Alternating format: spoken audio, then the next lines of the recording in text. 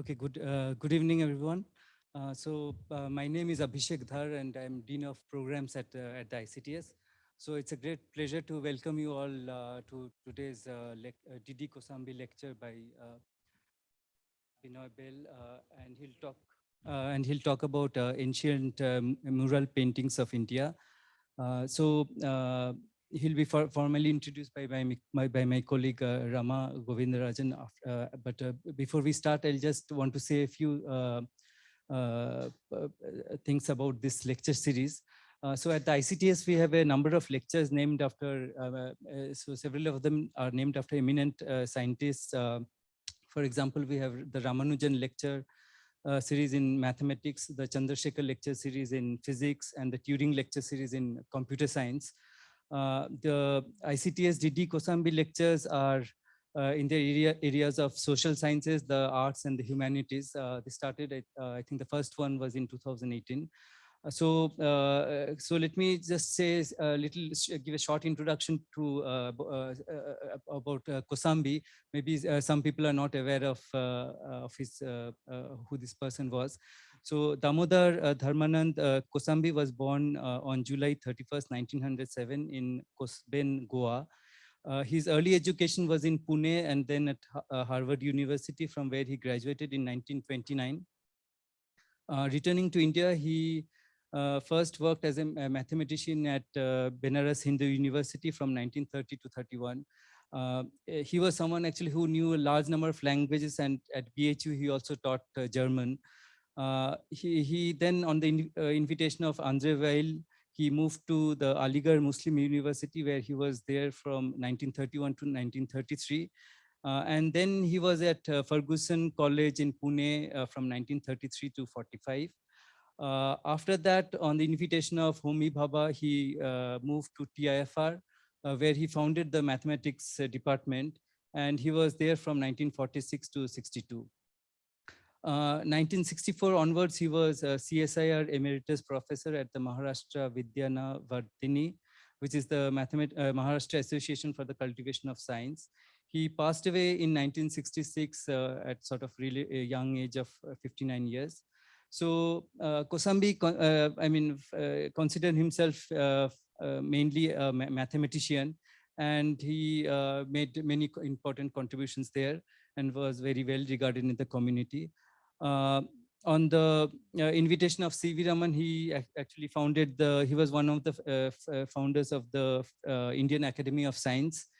He served as a member of the International Mathematical Union from 1950 to 52.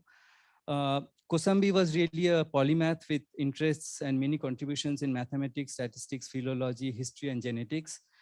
In genetics, he introduced the Kosambi mapping function, which is still widely used by geneticists.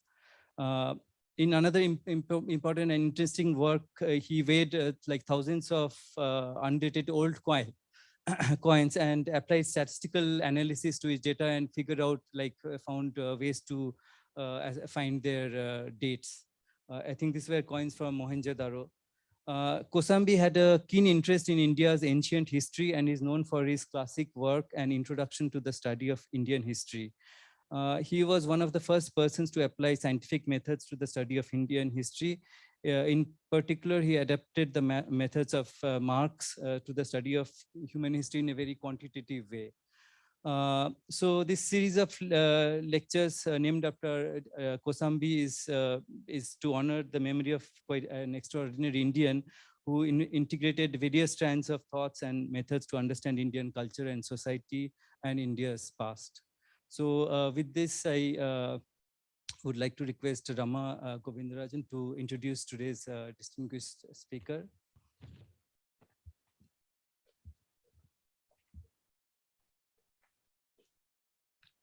Good evening, everybody. It's an absolute pleasure to introduce today's speaker, a very unique and awe-inspiring person, I must say.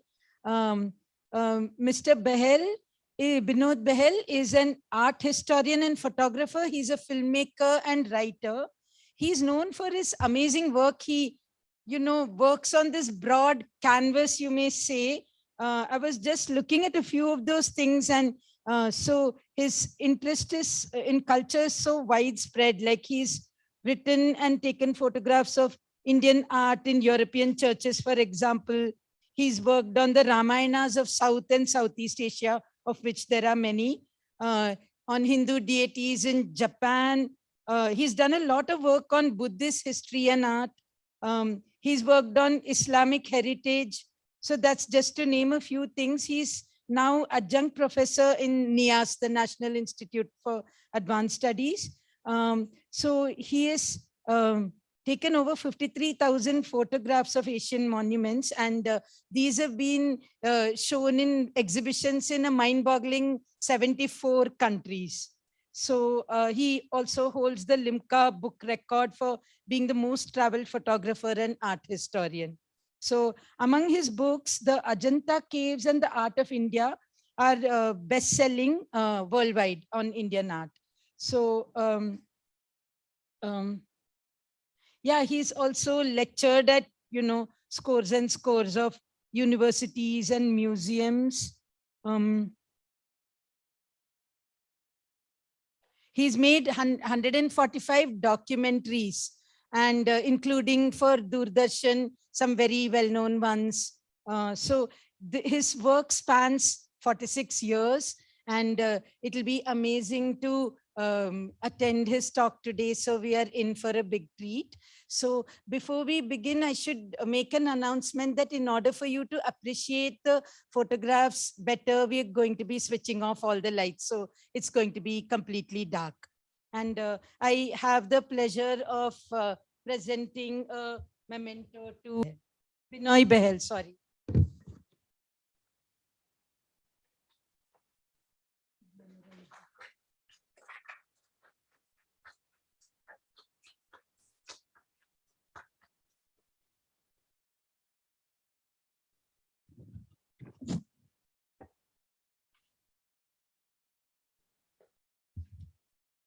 Mr. Behl.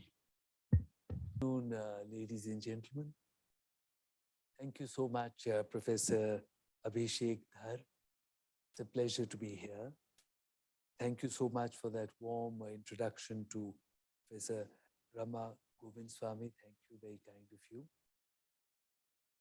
And it is a pleasure to be here at the very warm invitation of Professor Rajesh Gopakumar and Professor Rukmini Dey. They have indeed taken so much interest and been so appreciative and warm in having me across. Is it? Am I loud enough, please? Can you increase the volume, please? If you can please do that. It is sounding a bit louder now, I think. Is that okay? Can you hear everywhere now? Is it all right? Yes.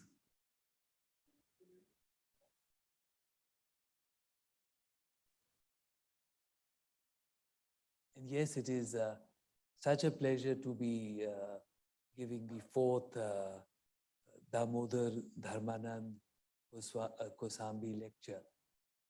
And if I may say, it is so much in the Indian tradition that he addressed such a wide range of subjects as a mathematician, as a statistician, as a person who made such contributions to the study of history.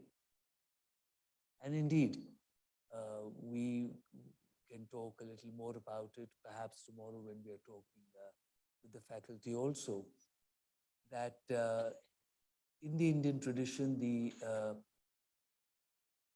ancient tradition, the qualities of scientific inquiry and scientific temper was so much a part of the universal knowledge which was sought and researched and studied at a whole consortium of universities that existed, whether it was Nalanda, Vikramshila, Paharpur, and associated universities in Indonesia, etc., the way logic and epistemology was highly developed and brought to the service even of art and the humanities and the spiritual search. So Dr. Kosambi truly followed in a wonderful Indian tradition in that. I have the special pleasure that that my old friend, Mrs. Geeta Srinivasan, with whom she and I made this film on the Worldwide Fund for Nature 35 or 36 years ago. Such a pleasure that she is with us here. And I thank Sujata Chatterjee, without whom there is not much that I could do. Thank you all very much. It is always a great pleasure to visit the Deccan Plateau. In fact, in ancient times, right across the first millennium and going well into the second millennium, or the first half at least of the second millennium, the Deccan was one of the most cosmopolitan and prosperous places in the world.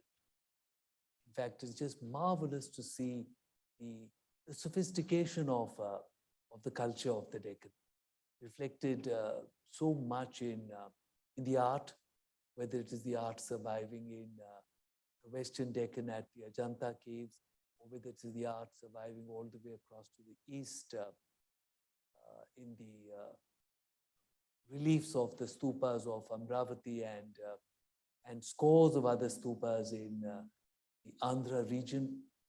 It's marvelous to see the sophistication. It is such a urban and urbane culture which was developed in the Deccan. In fact, the Deccan was among the earliest places in the world where cotton was profusely grown.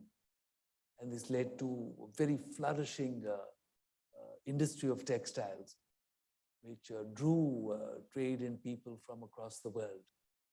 Whether it was the Western Deccan, where in the BC period, there were already Greeks who lived there who were patronizing pillars and other art in the Buddhist caves, or whether it is the Eastern Deccan, where a little after that, there were colonies of Romans who were staying there, and huge troves of Roman coins have been found.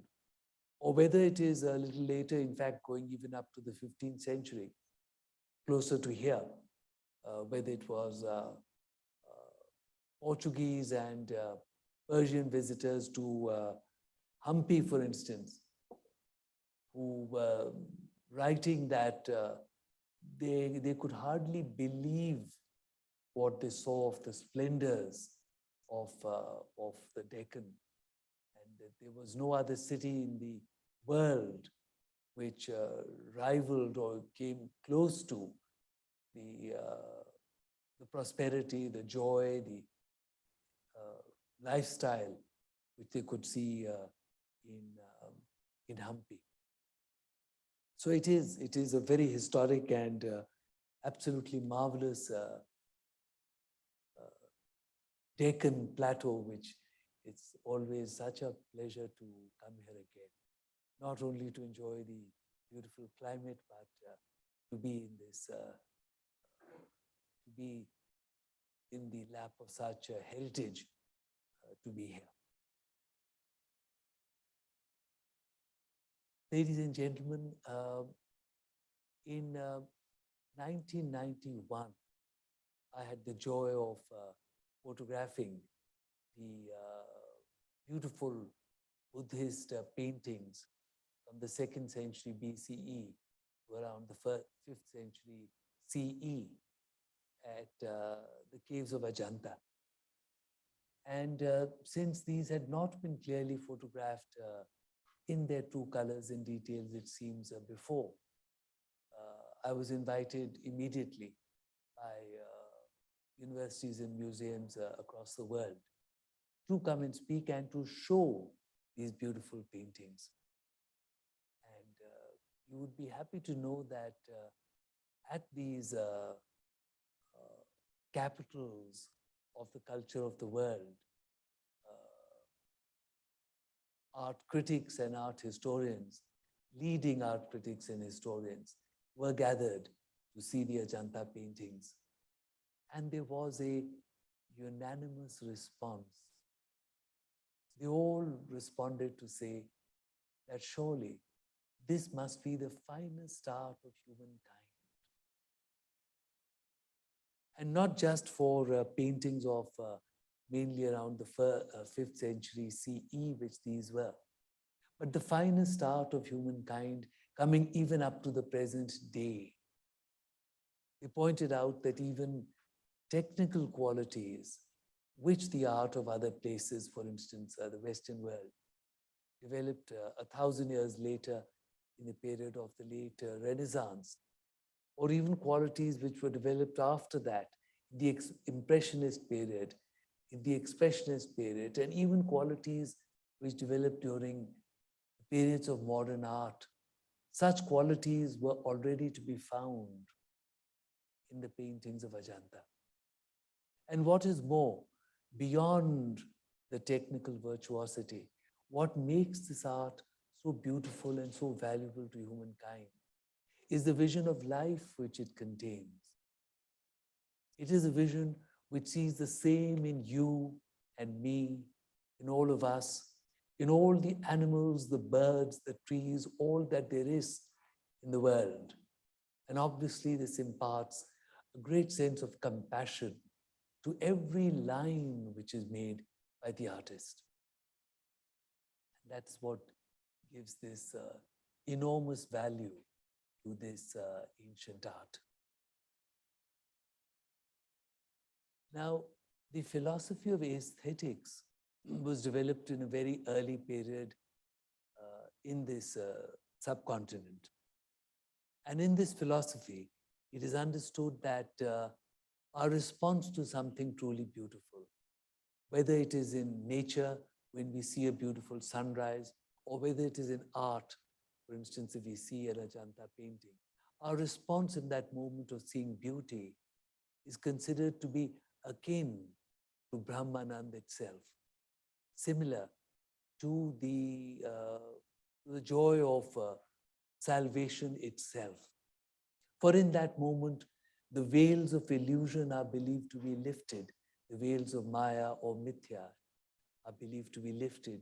And we are seeing the grace which underlies all that there is. And therefore, art has been of enormous importance in the Indian tradition from the earliest of times. Now, in these paintings, you are going to see deities. And when you see these beautiful deities, it is important to remember that in the Indian philosophic tradition, in the ancient Indian philosophic tradition, coming from the Upanishads, there are no gods. There are deities.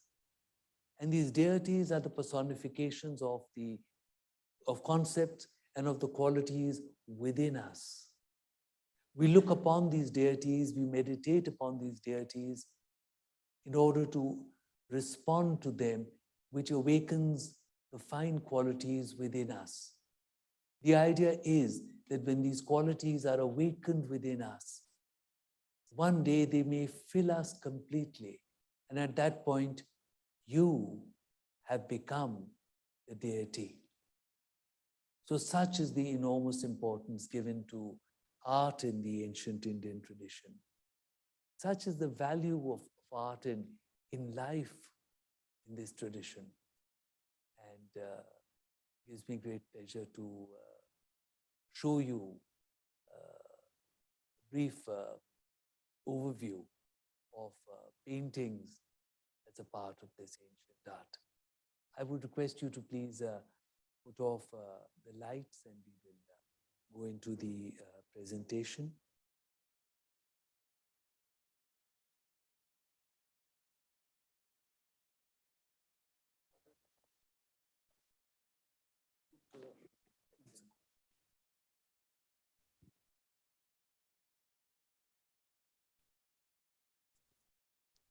Is that better? Would you like to move it even further up? I'm sure it is better. Good, good, good. And this is that enchanted place, the gorge of the Vaghora River in not very far from Aurangabad in Maharashtra in Western India, where 31 caves were hewn out of the living rock in 2 phases. The first phase around the 2nd century BCE, and the second phase around the 5th century CE. And these caves were beautifully sculpted, and all their walls and ceilings were covered with marvelous paintings. Now, in order to preserve the paintings, the Archaeological Survey of India did not allow the use of strong lights, and whatever lights that were allowed inside were running on electricity, coming through a dimmer at low voltage, therefore casting only orangish light upon the paintings. And this is how the paintings were known to be, and previously photographed also to be. However, their quality and their importance in the world of art and Buddhist art was always understood. But when I photographed them with the technique of photographing in very low conditions of light, you may say darkness, which I had developed, this is what the colors really were. The blues and greens in particular, which were hidden away in the orangish light, did come forward, and therefore the details of the paintings also became much more clear. And this is a 5th century, around 5th century painting, and it is a princely figure bearing an offering of lotuses. And this is an example of the 2nd century BCE paintings, enormously important, the earliest paintings of the classic tradition in the whole of Asia. And actually truly important in the Buddhist and in the world traditions of painting. But because of the amount of graffiti on them, the paintings could not be seen so clearly. So 20 years ago, I spent a great deal of time with painstaking care to remove the graffiti in digital restoration so that you can see the paintings a little more clearly. And what emerges is truly surprising in the world of art for such an early period. And you are able to see in this 2nd century BCE period already, you're able to see expressions, you're able to see glances, you're able to see the marvelous inward look, a great hallmark of this entire tradition of art which developed in this subcontinent. Already in the 2nd century BC, a time when we are expecting very primitive art, already, in fact, is this marvelous art of expressions and so much more. And coming back to the 5th century, and this is cave 1 of Ajanta. They're numbered in serial order as you approach the caves. This is the Bodhisattva Vajrapani. As you would be aware, a Bodhisattva is a being on his way towards salvation. And Vajrapani means the bearer of the thunderbolt. The thunderbolt is, has been a very favorite image in Indian philosophy and in art. In fact, the earliest deity whose representation that we have is Lord Indra in the 2nd century BCE cave, Buddhist cave of Bhaja in Maharashtra. And as you would be aware, Indra is also the bearer of the thunderbolt. In fact, even up to today, the popular form of Trans-Himalayan Buddhism, often called Tibetan Buddhism, is Vajrayana Buddhism, or the vehicle of the thunderbolt, because its logic is supposed to be as striking as a bolt of thunder. And here we have the Bodhisattva Vajrapani with this glorious crown, bringing before us the majesty of the spirit within us.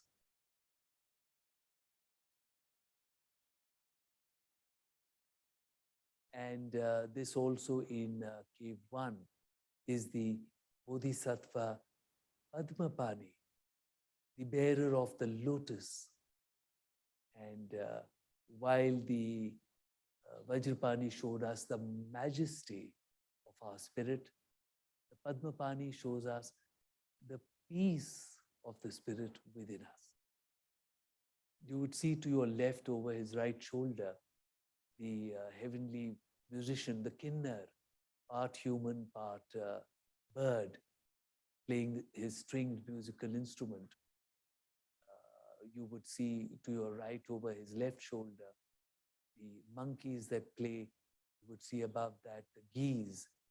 And yet, with all this activity painted around him, he looks within. For it is the life of the spirit within us which is the focus of this art. It is the life of the spirit within us which is the entire focus of the culture out of which this art is born. And it is this inward look which becomes a hallmark of the tradition of art which spreads from here across the whole of Asia. I might quote to you Lawrence Binion, director of the British Museum, writing in 1930, that whoever begins a study of the Buddhist art of China or Japan starts on a long road which eventually brings him to Ajanta. And not only is it China or Japan, but the art historians of so many other Buddhist countries, we will briefly take a look at their art also, all talk about their deep and fundamental connections to the paintings of Ajanta. And this again in cave 1, a couple in harmony, a sense of harmony which pervades the entire world of these paintings. These many thousands of figures that are painted on the walls all eventually convey a world of harmony and compassion. And you might notice the gradual lightening and deepening of color, which persuades your eye of the roundedness of form. Such shading, such rendering is unexpected, so beautifully done at such an early period.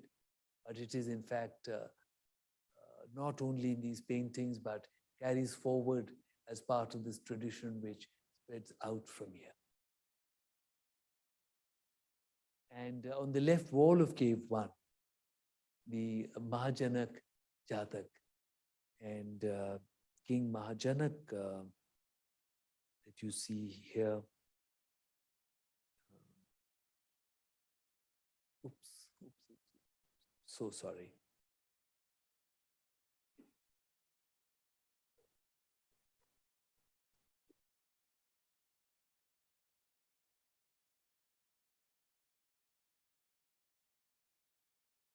Yes, Near, a little above the center of the frame, the figure that you see sitting on the ground with his hands before him is the Bodhisattva, previous birth of Gautama Siddhartha, King Mahajana, and he is listening to the sermon of this hermit.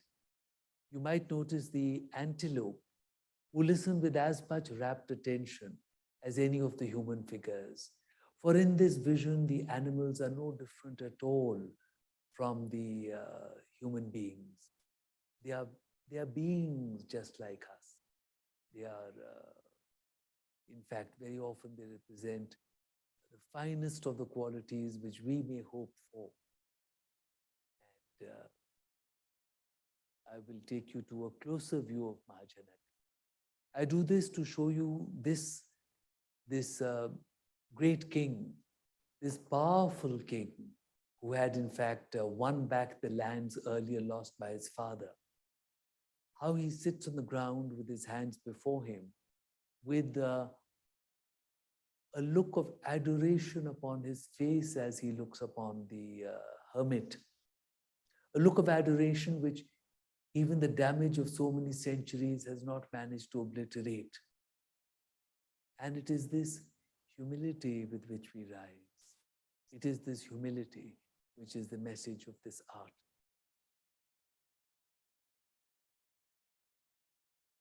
And having heard that sermon, Mahajana decides to renounce his palace life, give up his worldly life, and he's announcing this decision in the palace. Behind him is his mother, and in front of him is his wife, Queen Shivali. Now, Queen Shivali's eyes are painted in a very particular way. By the time these paintings were made, the Chitra Sutra, the oldest known treatise on art making, had been penned. And this gives thousands of guidelines to the painter on how to make landscapes, how to make animals, how to make birds and trees and so much else. 5 different ways in which to carry out shading and 5 different shapes of eyes to be made so that they would convey different expressions. And her eyes that you see here are made exactly in that way for a person who is sad or weeping, as indeed she may be expected to be, because she's hearing that her husband is going to be going out into the forest. Her lower garment is woven in the form of ikkat, which is practiced till today in the Deccan. Her upper garment, or there is an upper garment, and you would notice some design upon it at her hip.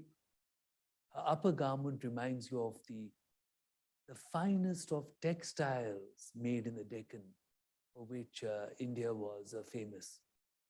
You have Pliny the Elder writing in Rome in the 1st century CE that Roman coffers are being emptied for buying too many fine textiles from India.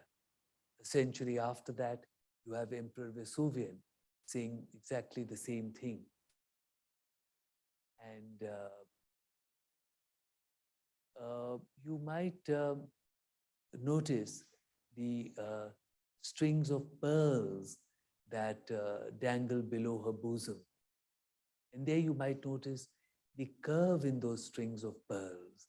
And it is that curve which persuades your eyes of the movement.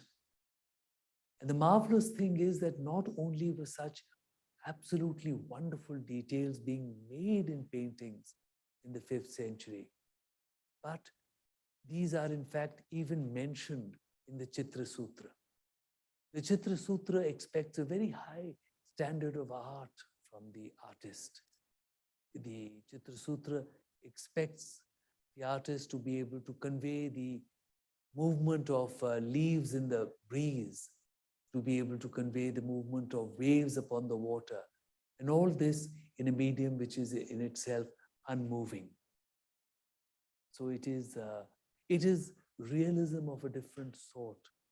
It is not the academic realism which came to us from European sources much later. It is a realism of the life which moves from within. It is the essence of the moment which is shared. And there is no need to make shadows and highlights of light in this tradition, but to tell us what it is all about, to take us to the theme of the moment, to take us to that which moves us from within.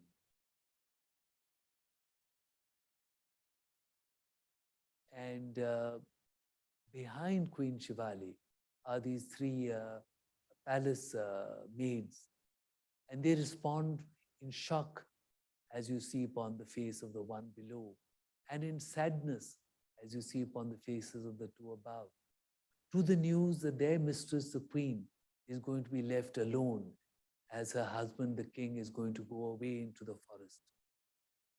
And you see that the warmth of the exchange of glances, you see the caring for others which is expressed. It is this caring for others which is the most marvelous, among the most marvelous things about these paintings. It is a world of people who care for each other. It is a world of compassion. It takes you into a realm of the best that you can find within yourself. And having taken that decision, here you see King Mahajana riding out of the palace. You would notice that inward look has come into his eyes. He begins on another journey, a journey within, a journey of greater importance. And a sense of peace has come upon.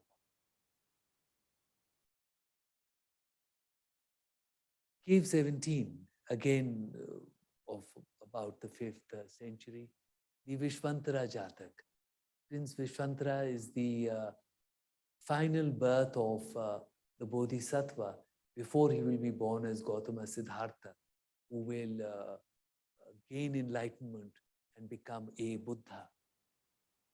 And here he's the dark figure that you see. Here you see him as the prince telling his wife, Princess Madri, that he will be going into the forest as an ascetic for different reasons in this case. And he suggests to his wife, Princess Madri, that she will not be used to the difficult life outside, so she should stay behind. She, however, decides to go with him. And you see so many marvelous things in this painting. You might like to notice the purse which the princess dangles in her hand. And there, you might notice the curve in those purse strings, which tells you that she is swinging that purse. How marvelous. And you would notice the perspective, of course, in the receding pillars. You would notice the elliptical mouth of the vessel which this man is carrying, and so many other things that make the painting so attractive.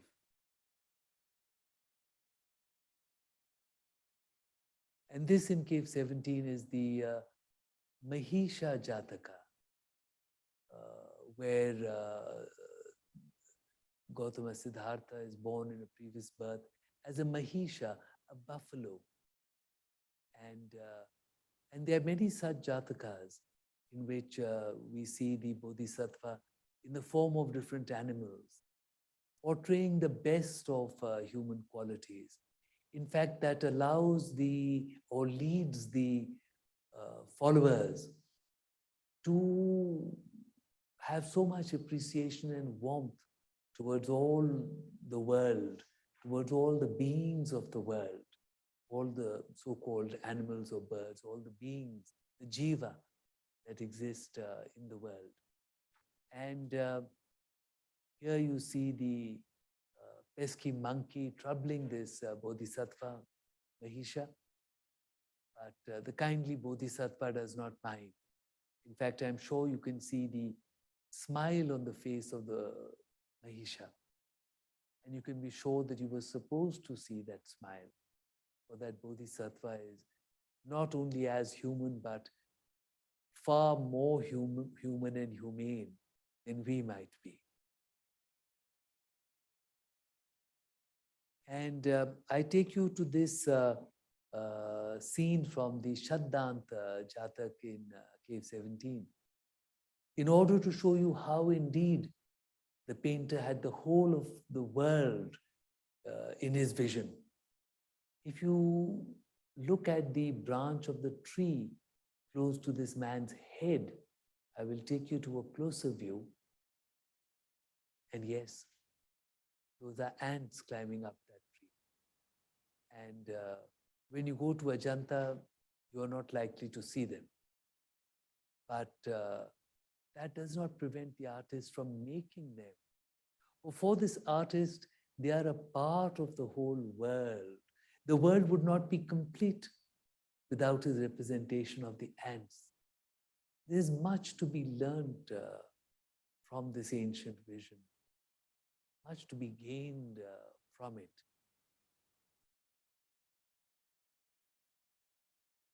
Now, rarely seen paintings again of the 5th century from the Buddhist caves of Italkot, a few hours drive, perhaps about 3 to 4 hours drive from Ajanta. Again, we are talking, this is within Maharashtra. And even as we say Buddhist caves, it is important to remember that in the tradition of Indian art, there was nothing called the art of the Buddhists or the art of the Hindus or the art of the Jainas. The traditions of art were there, and there were guilds of painters and artists who created the art of the many faiths.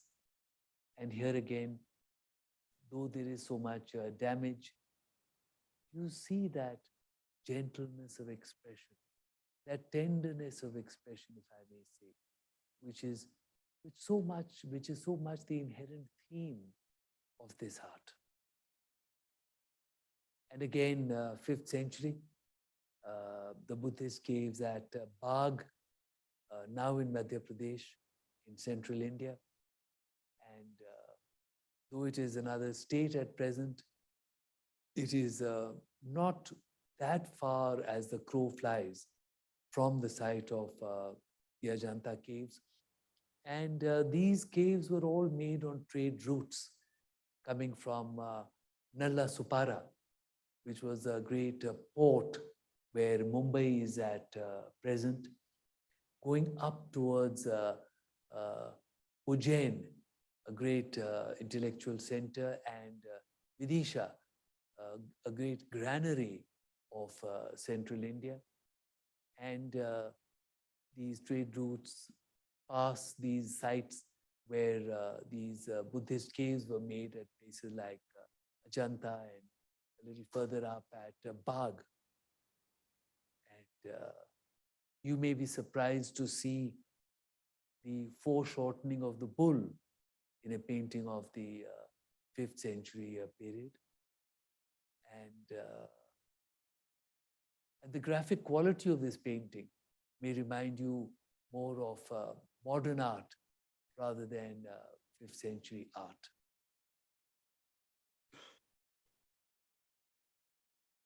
Closer to here, the earliest surviving Hindu paintings of the Hindu tradition are at Badami in the caves there. And there again, the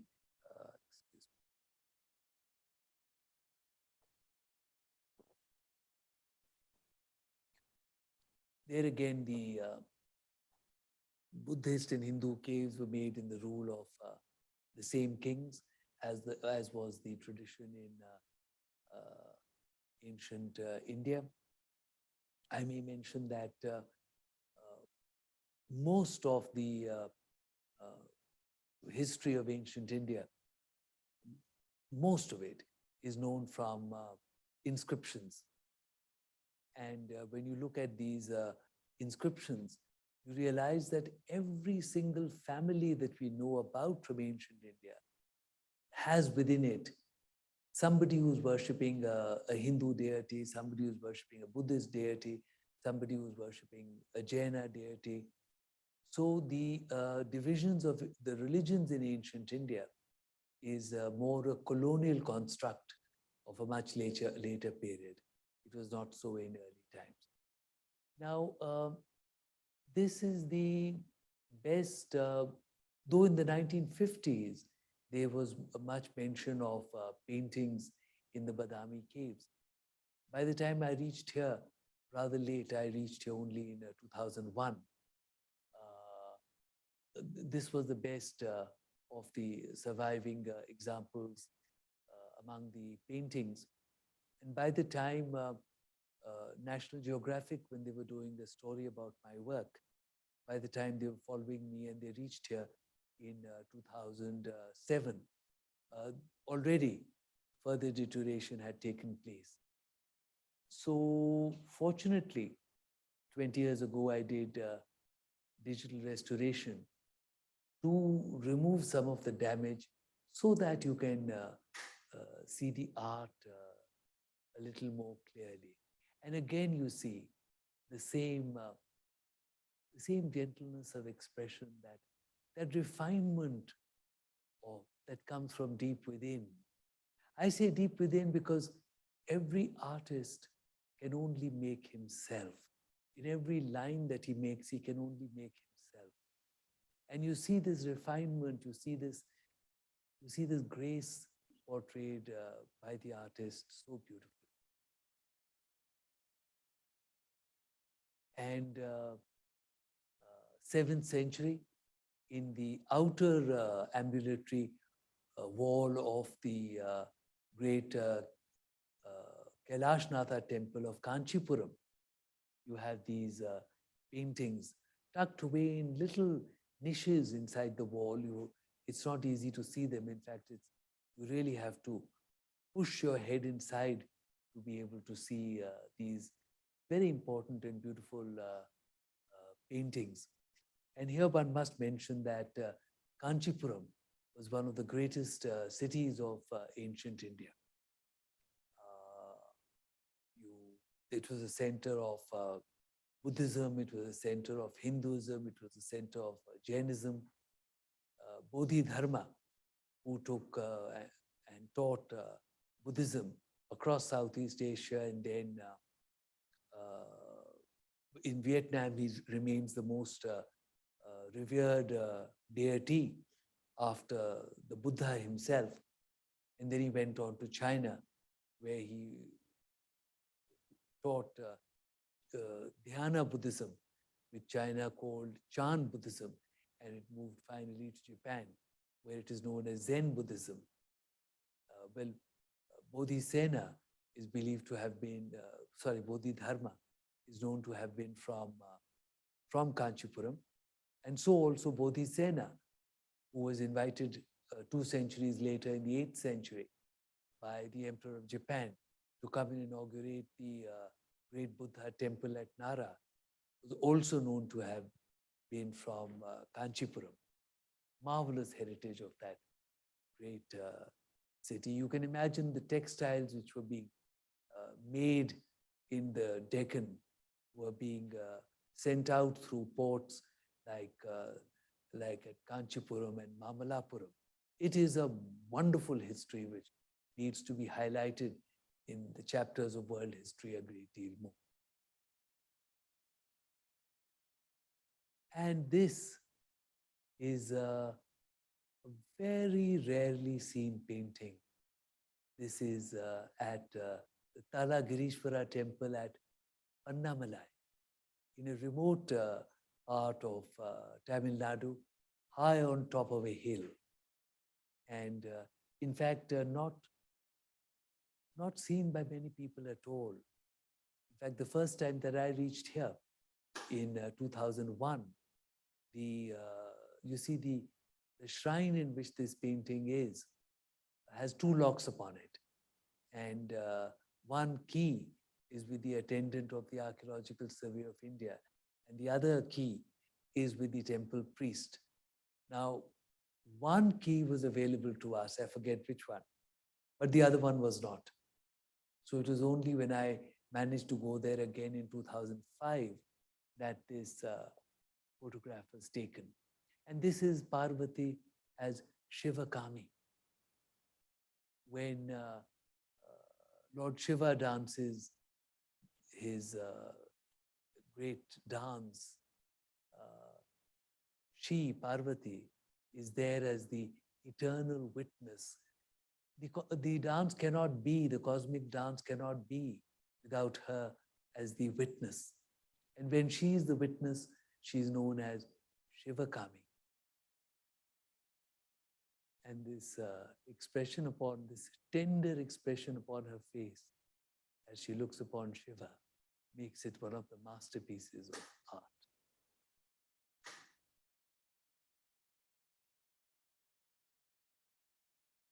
We move further through time, and here we come to the Pradeeshwara, the great Shiva temple at Tanjavur in Tamil Nadu.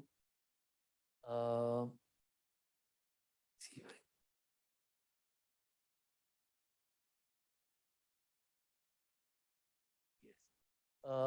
Somewhere here is a metal stairway leading up into an inner ambulatory going around the Garbhagriha. And that Garbhagriha, the inner and outer walls have only 5.5 feet of space in between them. And there are paintings going up to a height of 20 feet. So that makes it very difficult to photograph them accurately. Finally, I was asked to take the photographs, and in 1992, I took about 1,000 photographs and documented these end 10th century paintings which are there. And these are those grand paintings, and the effect of grandeur, in fact, is highlighted, is enhanced by the fact that you can't get much distance and you see the paintings close to you. And this is a Shaivite saint, Sundarar, going up to Lord Shiva in Mount Kailash on the elephant of Lord Indra, Eravat.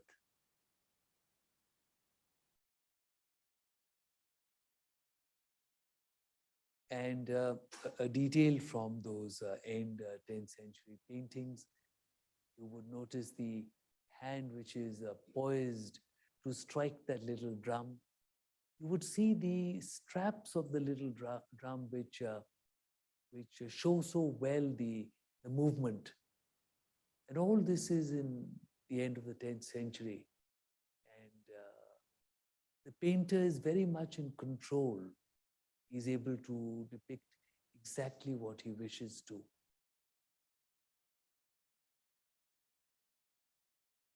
And the earliest known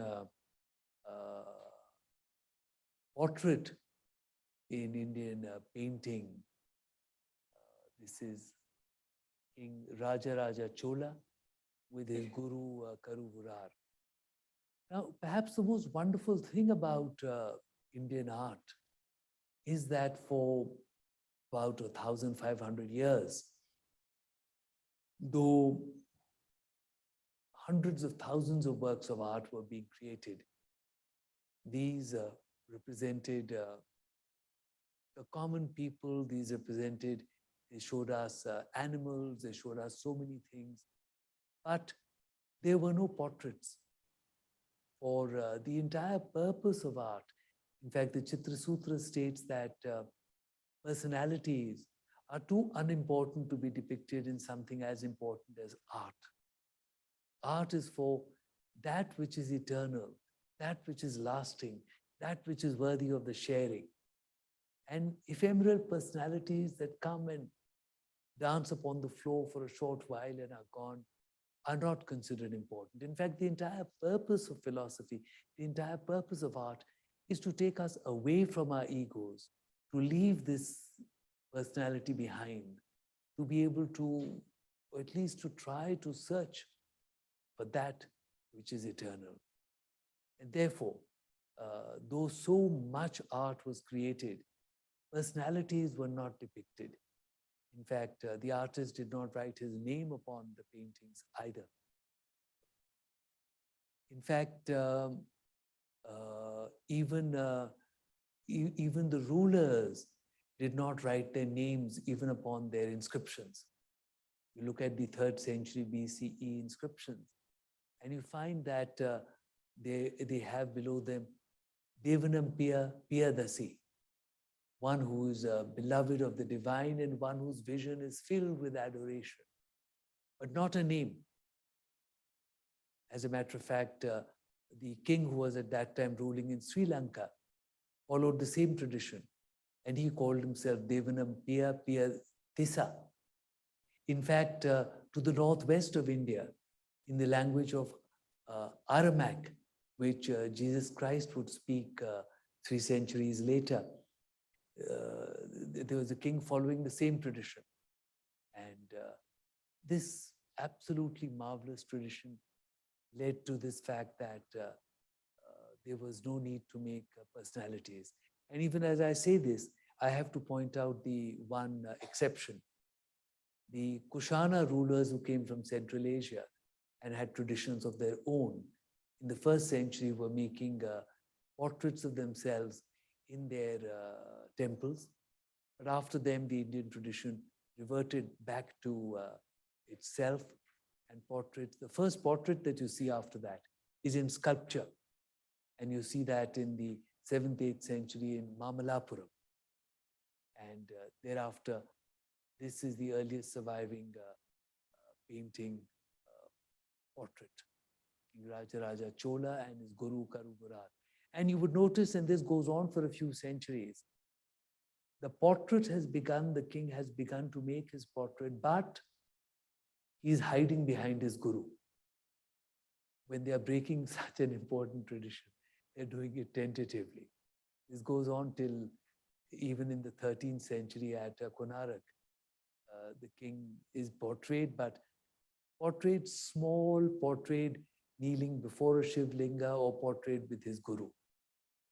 Of course, in later centuries, you have the most pompous paintings of rulers that will come up. So this is the beginning of the change of that ancient tradition.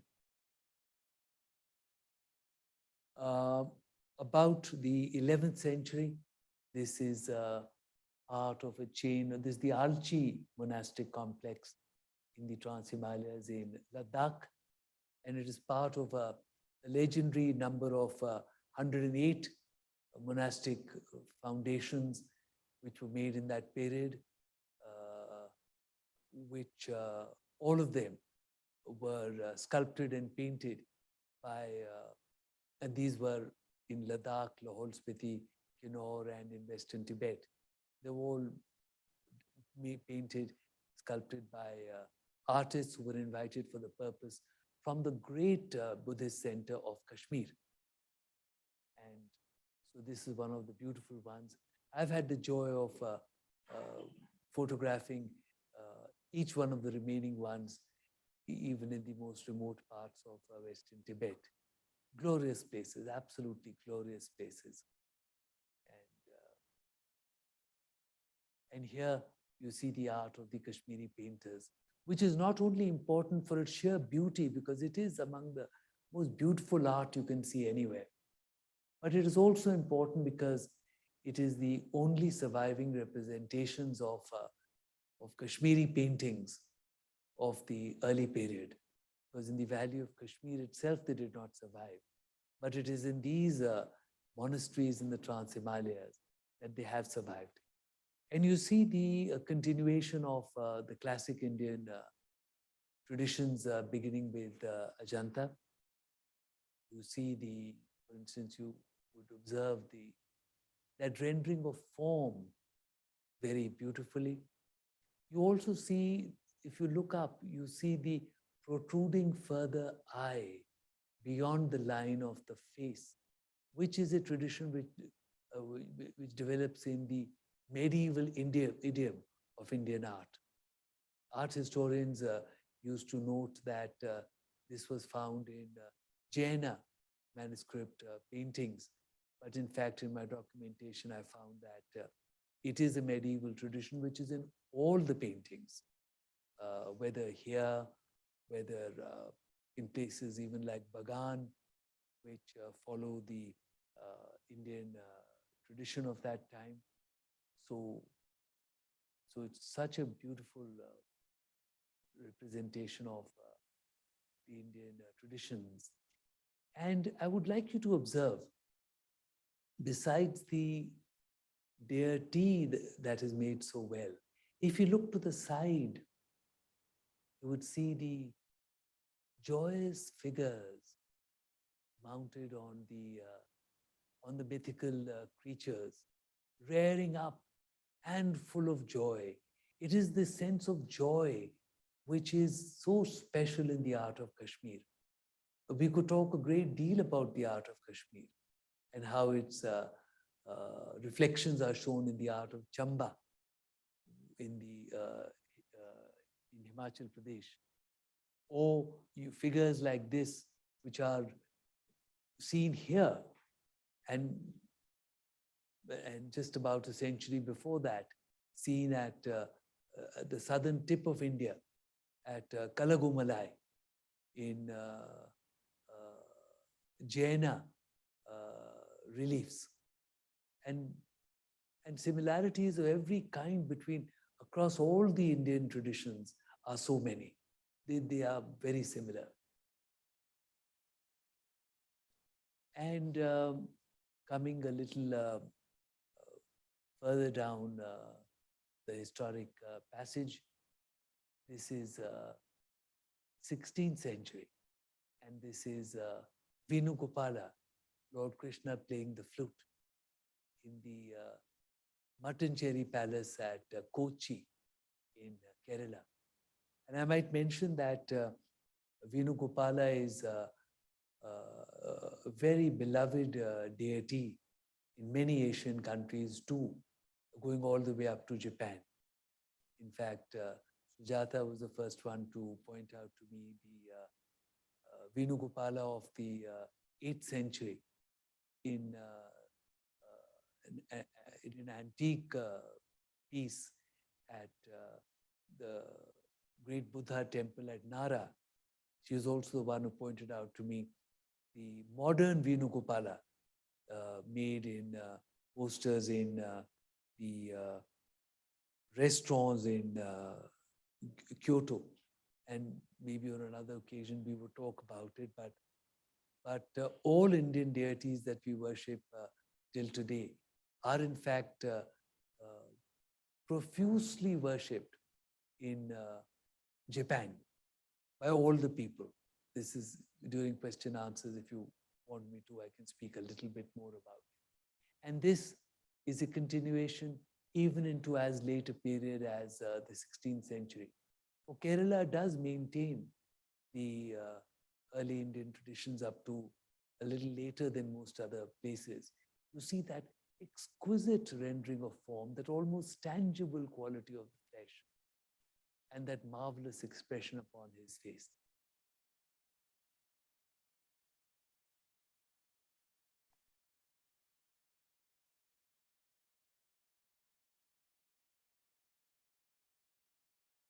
And the spread of this tradition takes us to Sri Lanka in the 5th century, the Sigiriya Caves.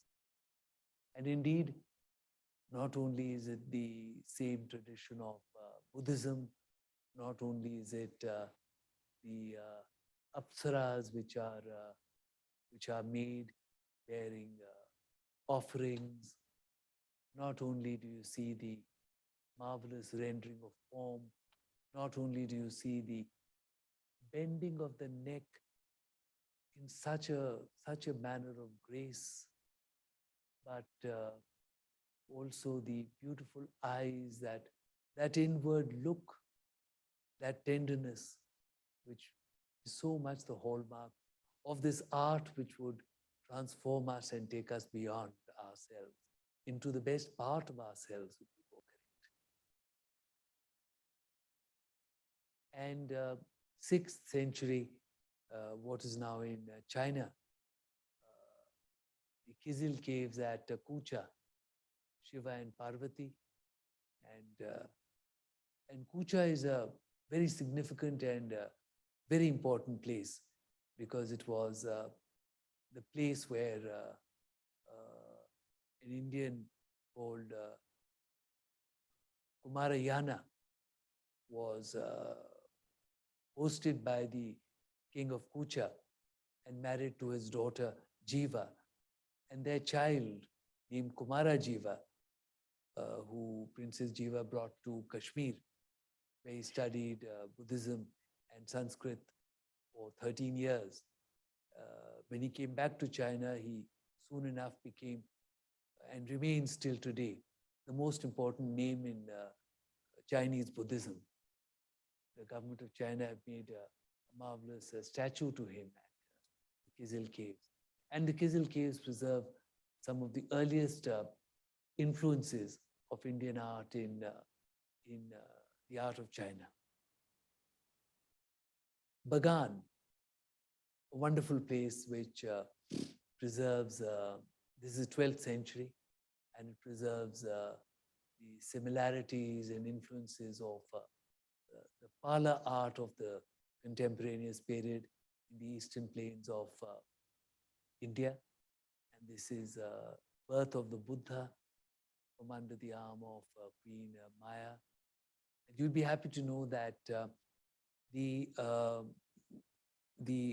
art historians and archaeologists and artists and critics of Myanmar, when they were gathered for my talk of this nature at Yangon, were all of them so full of the fact that they had very close ties with the art of Indian mural painting. In fact, they thronged to the talk because they were very keen to see the roots of their art, of Buddhist art. And the earliest paintings which survive in Tibet are in a very remote and very high altitude part of Western Tibet, these are called the Dunkar Caves. And it's over 14,000 feet altitude. My head was spinning when I was there. My head is always spinning at high altitude. I don't really have a good head for high altitudes, but I'm a very obstinate person. I have gone everywhere I could. So this again is supposed to be art of the Kashmiri painters. However, I feel that it is not the art of the original Kashmiri painters, but of those who were their students, because the form is the same, the subject is the same, the content is the same, but some of that original grace is not fully there, but very important and the earliest art of Tibet. And ladies and gentlemen, that brings me to the end of this presentation, PowerPoint. May we have the lights, please? I would be very happy to answer questions if you have them.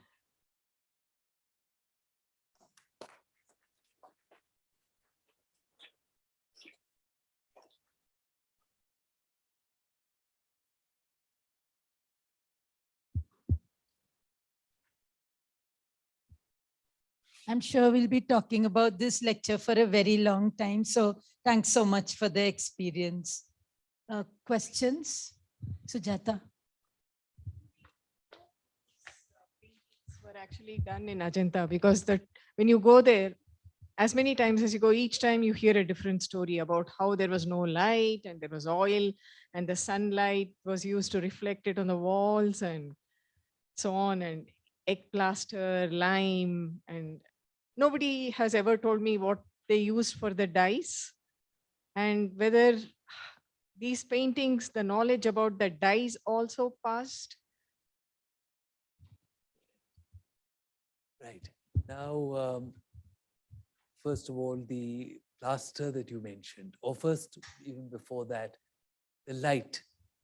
There were reflectors from outside which pushed the light into the caves, and there were other reflectors inside to diffuse the light inside.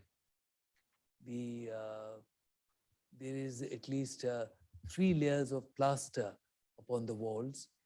The first is the roughest, consisting of vegetables, vegetable matter, and mineral matter, which is the first coarse layer which is upon the wall. And then comes a finer layer which is made, and on top of that is made that layer of lime upon which the painting is done. And the paintings are not frescoes, they are painted on dried plaster. So they're murals but not frescoes.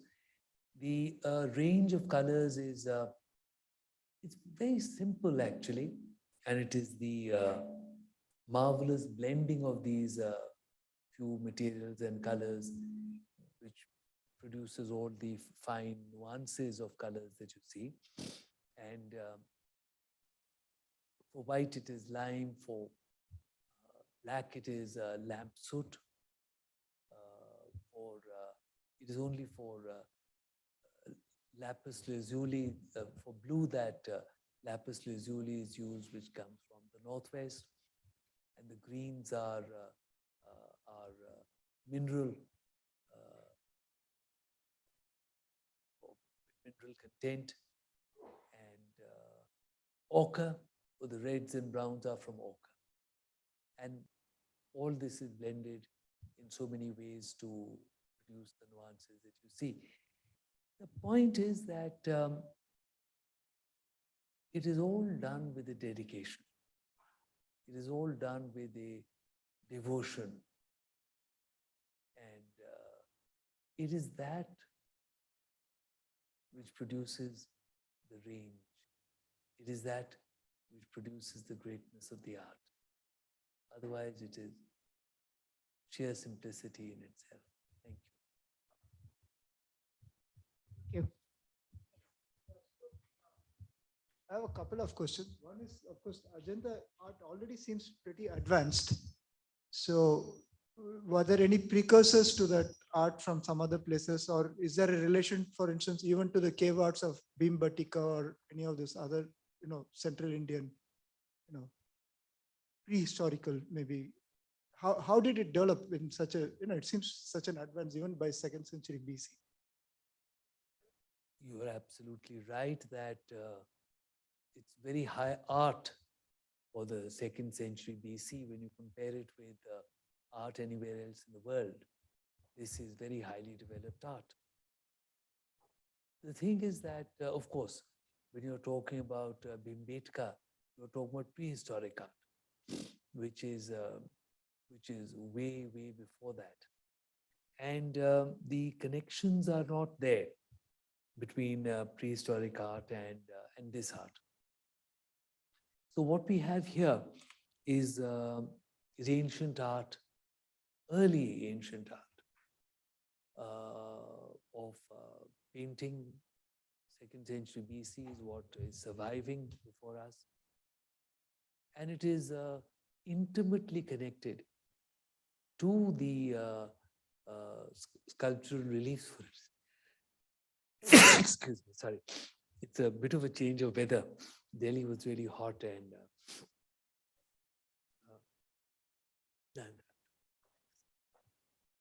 so it is, what we can see is that it is broad spread. We see that it is happening at Ajanta. We see that it is happening in the early sculptural reliefs at Sanchi of the same period. which is in central India, Madhya Pradesh. We see that it is happening in those reliefs from Bharhut Stupa railings, which are preserved, which are from central India, but are preserved in the Indian Museum, Kolkata. And what we can make out is the development of a tradition of spiritual art. What we can make out is the development of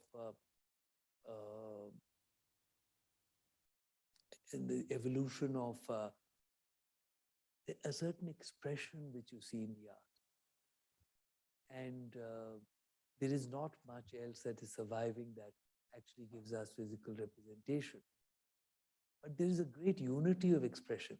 You see around that period and just after that period, the same art is seen in Eastern Deccan, in Amravati, stupa railing remains, and other more recently found ones. And of course, a little after that, you start coming into remains, for instance, in Karnataka at Sanati. But Sanati is later, about a century or two later. So it is a very unified tradition that you see. And it is a widely spread tradition that you see. About influences from other places, in this, no, not at all. As a matter of fact, the Greek tradition is very different. You see some Greek and Central Asian influence in the art of the Kushana period in Gandhara. But that art, in fact, which does not survive for very long in India, and it does not spread even to the other capital of the Kushanas, which was Mathura, which never accepts that tradition, which continues the indigenous Indian tradition. There's very, very basic differences. The Indian tradition is an idealized tradition, which never tries to portray optical reality, academic realism, and whereas the Gandhara art does try to do that, the Indian tradition never tries to present all kinds of emotions as they strike us, emotions of grief, emotions of anger, other emotions. The Indian ancient tradition believes in something else. It believes in transcending it all to show us that which is the eternal grace beyond all this. So the difference is starkly clear.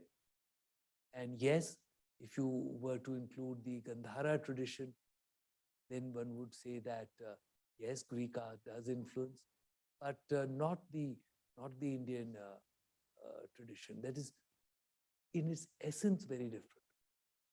As a matter of fact, early Europeans who came to the subcontinent, they found all this to be great deficiencies in Indian art, that they did not look like the Greek. They did not look like the realistic depiction of grief and various other emotions in the world. Thank you. What about sculpture? Sculpture seems to be a lot more exaggerated in Indian style, right? But sculpture was also coexistent with these periods, and you don't see much examples of that. You do. In fact, Ajanta itself presents you sculpture as well as painting, and in fact, Ajanta presents you with, I feel, some of the finest examples of Indian sculpture. The same philosophy. The same thing. In fact, I would like to point out to you that whenever you visit Ajanta again, please look carefully at the Parinirvana in Cave 26. because, people, the Parinirvana sculptures in Southeast Asia are spoken of and highlighted so much. But the precursor and the most beautiful example of the Parinirvana is at Ajanta. Not only is it tender and beautiful and everything that's made around it is so amazing, not all the expressions which are depicted around it, the followers of Gautama Siddhartha in their grief, so many things are depicted with such sensitivity. Not only all that, but even the rare technical excellence. You see, when you see other parinirvanas made in so many places, you would find that where do you see it from? Because the place to see it from is from the feet. And these are usually quite large. You have to end up going to the feet and seeing it from there. And the feet are then, for you, they are huge. And the head of Gautama Siddhartha is very small, far away. Now, the one at Ajanta, the artist knew this was going to happen. And he wants you to see properly from the feet. So he has made it in perspective. So you go to the feet and you see it from there, and you see it beautifully. In fact, if you were to try to look through the pillars and try to see this one straight, it's not impressive at all. It's not sensitive, it's not beautiful. All his expressions are made to be seen where you belong, from where you belong, at the feet. It's a marvelous example. Here, I'm sorry I digress, but the artists of the early period are so good that I cannot help but point out another example, which really struck me, which really surprised me. At the Borobudur stupa, one of the greatest, most wonderful stupas that exists in the world. And indeed, you must go visit it because it explains what the stupa is so well. There have been all kinds of sort of reasons floated for what a stupa is, but the Borobudur stupa is the one that shows it also so well. Now, there, the relief is made to this in these ambulatory passages around going up to the stupa, and it is made in the inner and outer wall as you walk in the passage. And now, as a photographer and filmmaker, I always seek early morning light and late evening light to shoot. And when I was working here, I saw something remarkable happening as the sun went up. And for the most part, the light is going to be available to you when the sun goes up because of the inner and ambulatory wall. So it is, for the most time, you're only going to get this light. I saw the expressions coming out. So those artists had also planned that lighting. It's far beyond it's far beyond other things that we see more often in the modern and commercial world. Here you have traditions of very thoughtful, very, I don't know what you would call it. Would you call it scientific planning? Would you call it deep research? Would you call it meticulous, objective attention which is given? Whatever it is, or combination of whatever it is, it's absolutely marvelous to see this. And the best example, the nearest example to see is this Parinirvana at Ajanta. Thank you. Other questions?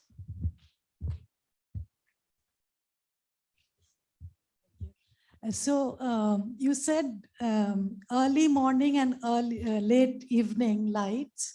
So does the expression change during for the two sessions? I mean, two times, or subtly change, or does the expression remain the same?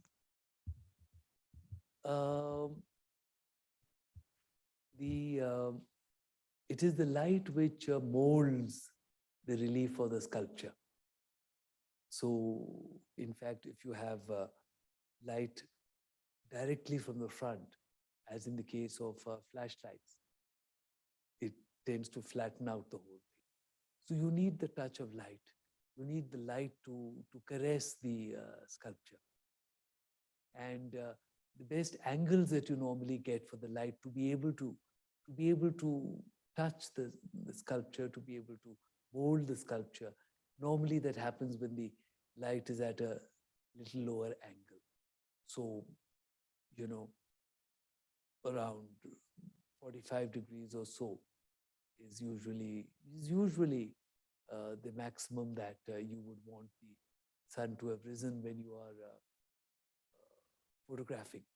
That's a normal thing which you can generally look for. And of course, there is also the color of light. Because as you saw in the Ajanta painting, the color of light is so important. And through the course of the day, the light changes from a blend which would be, around even around 2000 degrees Kelvin, with much more of the reds, orangish area, yellow area in the spectrum.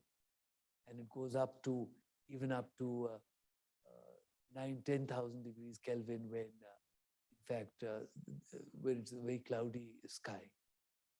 So you get a good color of light also at that time in the earlier part. But it's marvelous to see how the artist anticipates the light in which his sculpture is going to be seen. It's wonderful. This is where I feel the artist manages to be living and be there to share with you by understanding your situation and seeing the art. You would like to know that bronze, the great bronzes, the Chola Bronzes and others, these I found to, again, when my light was positioned, in fact, I would say beyond, a little beyond 45 degrees. So they were made for indoor conditions, so they may have anticipated a more upper light.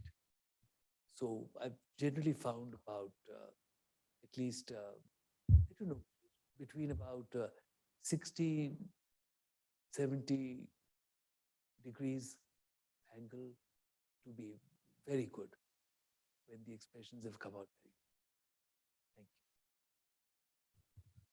Thank you. Ajit? I was wondering if there is a reason why these ancient paintings were made in poorly lit areas. Is it they planned for posterity, or this was the one to survive? Is there a reason for that? In fact, allow me to share the fact that unlike what started happening in the later periods, the early temples and caves were not ostentatious. They were, in fact, there are caves of the BC period where they have even left outcrops of rock standing outside, so that you don't even see the cave from a distance away. You have to come to it. You have to cross the outcrop, and only then you are able to see the cave. The attitude is exactly the opposite of our attitude in the present days, the whole world. We are not, these days we advertise things. We tell people, come, and this is what there is. But as you would be aware, you will gain from something only if you desire it from within and you want to go to it. It is not, it is your inner desire which must lead you there. And that's what would lead you to, a cave. That's what would lead you to something deep inside the rock. And not only that, but in all forms of meditation, the purpose is to leave the noise and clamor of the ephemeral world behind. You must leave the confusion of the world behind you. You must leave the noise behind you. And therefore, the more you go into the darkness, the more you go into the silence, the more opportunity you have to be able to see that which is important, be able to see that is within you, and to respond with that which is within you, without distraction, with at least less distraction. And here I'm reminded of something very interesting which was told to me by the Japanese when I had done this photography.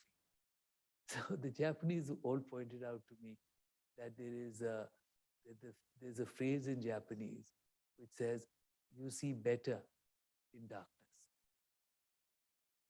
And that is true. I found that is true, because when there is less light and you have to try to see, you see more. When things are just available to you, like the way that media bombards us with information today, you don't see so much, you don't imbibe so much. But when you have to try to see, you're able to see something. Thank you. Thank you. May I ask one more question now, or should I? Yeah, go ahead. Could you please describe a little bit about the technique that you use to make these photographs? Well, to cut a long story short,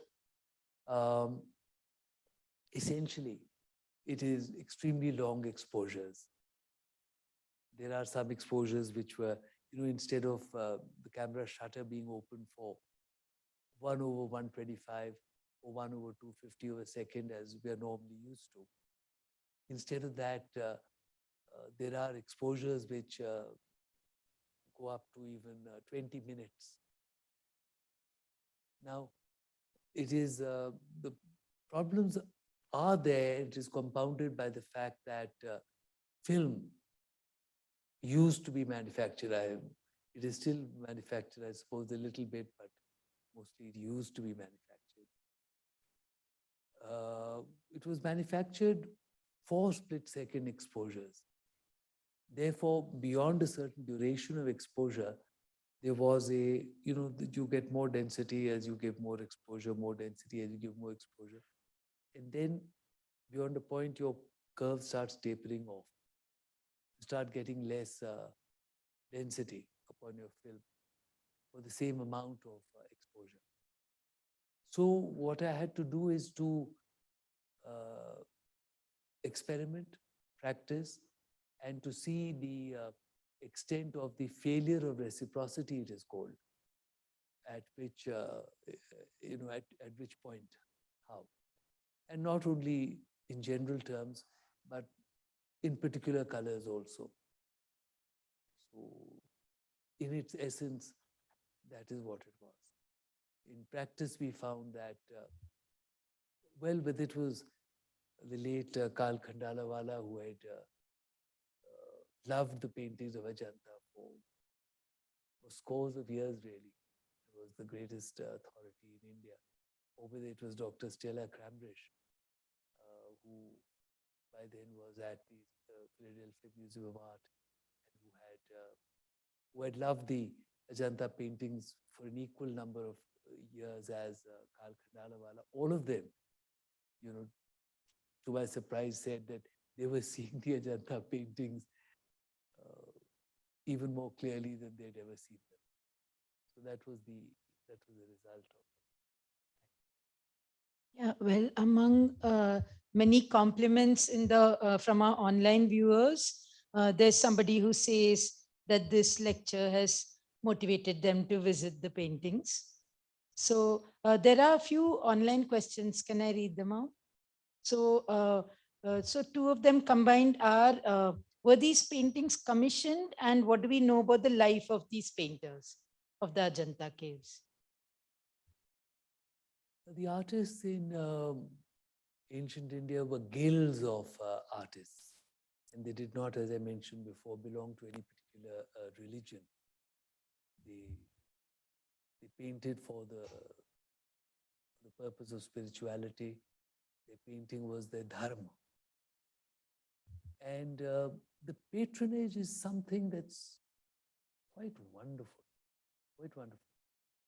You see, the entire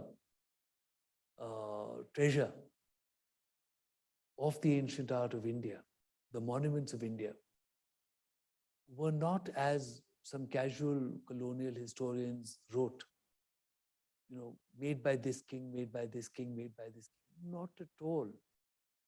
You go to the monuments and you see the inscriptions upon the monuments. Take anything, take the great stupa at Sanchi. And 631 inscriptions still survive, out of what may have been many more originally there. And they are the donative inscriptions. Whose inscriptions are they?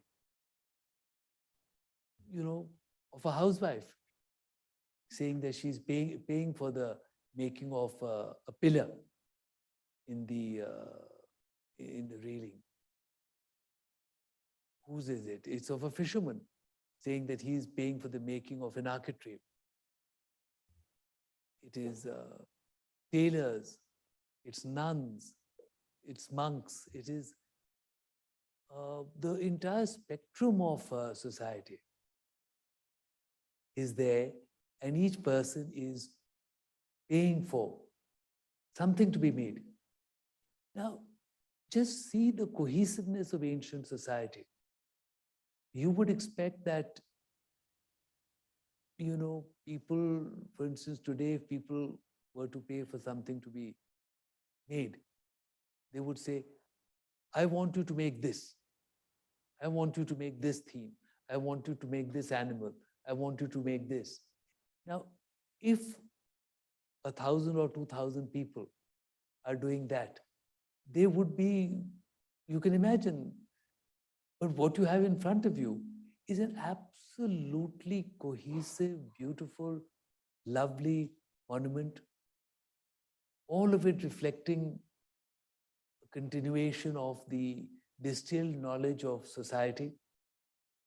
All of it is completely in the control of, and the art is given over to the person who's supposed to do it, whose dharma it is to do it. And it is the dharma of the people to contribute to it. And obviously not one of them is saying, do this.